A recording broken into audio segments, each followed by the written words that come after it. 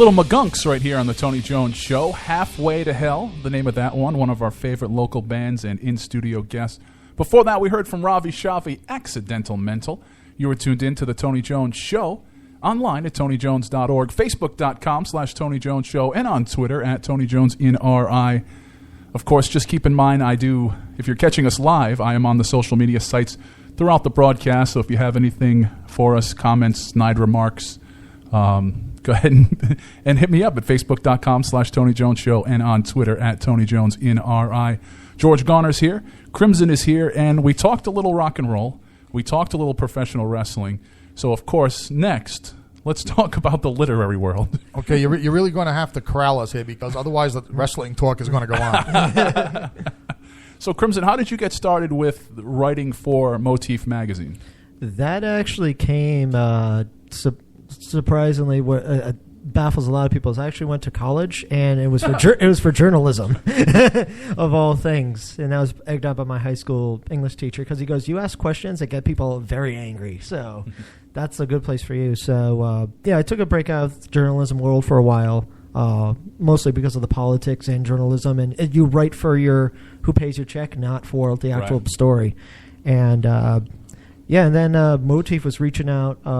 Trying to find someone to write for some of the recaps of PRD, Providence Roller Derby bouts, and I said, I'll do it. And I started doing a few there. Then it kind of expanded, and I said, hey, I want to do this story. And they say, sure, yeah, go ahead. And I love that they're very open to any idea, especially with anything cultural in Rhode Island or a New England area that a lot of people don't know. They're always like, whoa, there is this? This is awesome. This is great. Yeah, absolutely. And it's nice to actually work for Motif versus other publications because I have absolute freedom to chase a story if I want to and just go about it however I like. And as far as a cultural arts, technology, physical publication, they have become the last man standing, for lack of a better word. Yeah, when the Phoenix went away, and then I started hearing Motif. We're going twice a month. I'm like, oh boy, goal. Double the schedule. Actually, I was surprised to learn a few months ago that The Noise up in Boston, a publication that was very kind to me over the years, they've gone to no more tactile physical publications. They're going to be online only. On the plus side, they put us on the cover before they did so. Yeah, that's true. Are you noticing a different feedback from people that actually pick up the physical Motif magazine, which is more of a newspaper, and folks that read your pieces online? Absolutely. Even with anything I publish online and send the link around, you get, that was a great story. I always get people come up to me and say, hey, I just read this in a copy of the Motif that they actually will pick up, and they'll see my picture and they'll recognize the name and go, oh, I didn't know you actually write in that. So there's a lot bigger, stronger reaction because they physically have something in their hands. And it kind of went to a discussion we had earlier about music and having something physical in your hands. It has a little bit more impact because it's something that you get attached to. And it's kind of a different crowd, too, I've noticed, with some of the pieces I've had in 13 Folds and in Motif also. There's a weird mix of crowds who will only access online and will only access paper, and sometimes they don't cross mediums for some reason. Well, I think at this point, most of us, except for the extreme radical, most of us will cross mediums. But I think most of us have a serious first and secondary. Yeah. Mm-hmm. I think that's where most of us are now. I don't know anybody that won't read online or won't read print, really. I think sometimes it comes down to the casual reader, too, who pick up a magazine or a paper and flip through it on the toilet or at work or when they should be doing something better or working at a security gig or at a boring job, as opposed to people who actually go to seek out the content, depending on what the subject is.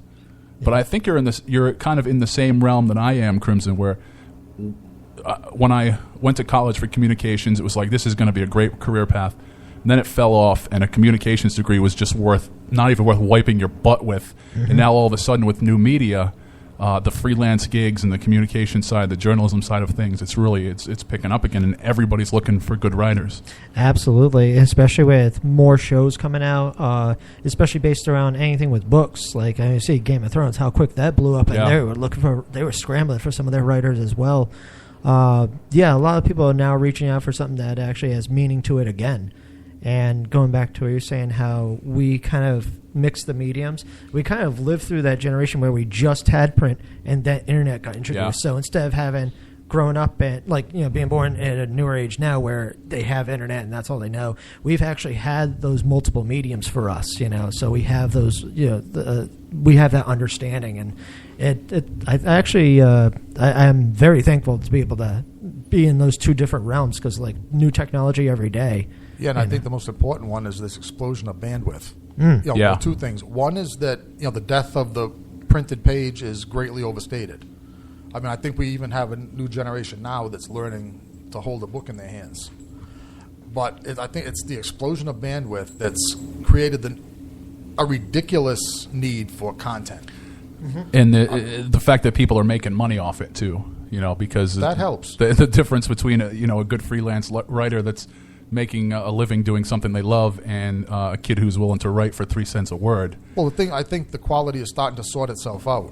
For the past decade or so, it was a situation where the internet had a reputation for, if you couldn't get published in print, then you wrote for the internet. Yeah. And it was a secondary thing. And it's kind of like self-publishing. Yeah. It had that same stigma about it. But now I think the quality, like the really bad stuff, the mediocre stuff is kind of dropping by the wayside for the most part. And the quality is rising to the top on the internet also. Absolutely, and I've been utilizing the internet, especially something simple as like hub pages to publish like some of my short stories that have going on. I have like the Vamp Noir series going on right now, and it's a great place just to kind of like just something off to the side for you to build upon, Right. before. And then by the time I finish it and I've been released for free, I can actually just put it into a book if I want to now. Right, that's exactly the approach I'm taking to it also. I mean, It's almost like workshopping. Yes. yeah. Well, I think I've told this story on the air before, but I've been involved with podcasting since it very first was a thing. And I remember uploading my first handful of podcasts with dial-up internet. When I tell you it was an all-day thing. And if for some godforsaken reason somebody else in the house picked up the phone, then you had to start all over again. Yeah, there's some dark memories I have in my life. One of them is my mother dying. The other one is dealing with dial-up internet. Oh, brutal. Like that was, you almost started to say at some point that this whole internet thing isn't worth it. Right. That's how Yeah. much it sucked. People said this whole computer thing, it's never going to take off because it's too cumbersome. But what's going to be, not to get too far off, but what's going to be a game changer for us in internet radio is when all cars are internet hotspots or Wi-Fi hotspots. And now with bandwidth, they can just listen in their car to Rhode Island Free Radio or the Tony Jones Show or any other show, just like they would flip on the FM dial. And then it's gonna be bananas around here. Yeah. Now the major auto producers are still denying it. Yeah. FM. That's they're denying it, but I don't know. Realistically, you're more in tune with, so to speak, with the phenomenon than some of us are. What's your prediction? It's already starting. It's newer already cars, started, yeah. but when And Cumulus Media, which is, again, not to get too far off track, is one of the bigger brick and mortar radio conglomerates out there. Their stock is trading at 30 cents a share right now. So, and they have been categorically denying the need for new media. They're straight on ahead with the FM. Well, yeah, that's the buggy whips. Yeah, The buggy exactly. whip company is going down, swinging and flailing, but they're going down. It's always good to have a little bit of vintage, but you always have to move with the times with Yeah. technology. You always have to think ahead, so that way you get a head start and not like anyone starting a podcast now. They're going to jump into it without a fan base beforehand, and they're going to be surrounded by everyone else doing a podcast Yeah. around the world. Yeah. Because I listen to podcasts from Europe quite Yeah. often Yep. on different subjects. So but it's great we have that communication now. We can hear what everyone is discussing. It's creating the more of a two-way talk now between people. But again, if you're not ahead in time, you're going to get buried. Under And I'll tell everybody. you, and you're exactly right. It's all the big companies that are 30 cents a share now. It's their own fault. Yeah. I mean, they have They've done it to themselves. Yeah, they've had. Yeah, they're the dinosaurs walking toward the tar pit, in spite of all the signs that say "Do not walk this way, tar ahead." Yeah, I mean, they had all that capital, they had all that head start. Yeah, no excuse. And, the riddance to and go. like we just talked about with stuff falling by the wayside, it'll become a situation where content is king. and that's Yeah. also going to be an exciting time. And like you said about, that's also happening. Yeah. And it's going to happen Yeah. more and more and more. And there's going to be a demand for quality content. Yeah. That's Absolutely. the thing. Let's go down to some music. We'll come back because unfortunately we're running out of time, but we have a really big shoe, as Ed Sullivan would say, to talk about. It's going to be a big one at AS220 on January 2nd. But before that, speaking of breaking down borders, this band is from Glasgow, Scotland. They tune into the Tony Jones Show. They sent me some music, and well, here they are. It's the Maybes. This track, Set the Controls, right here on the Tony Jones Show.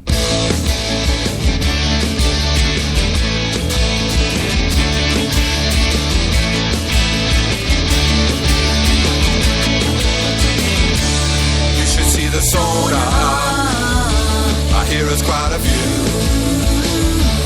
Used to be a quasar for an Ian or two. It's coming from the heart straight to you.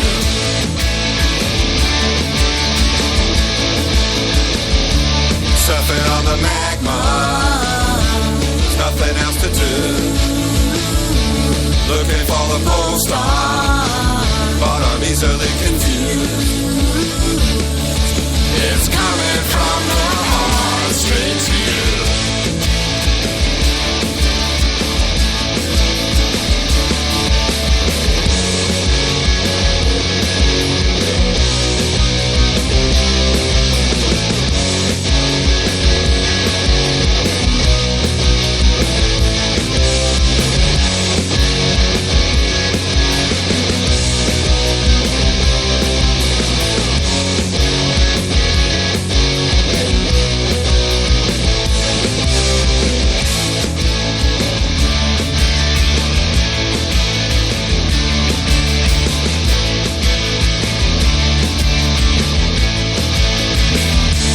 Listen to the sunset.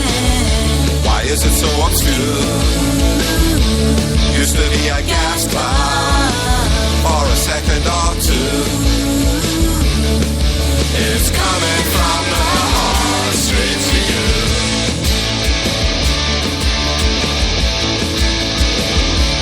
Rolling on the lava, nothing else to do. Time to take a picture, but I'm easily amused.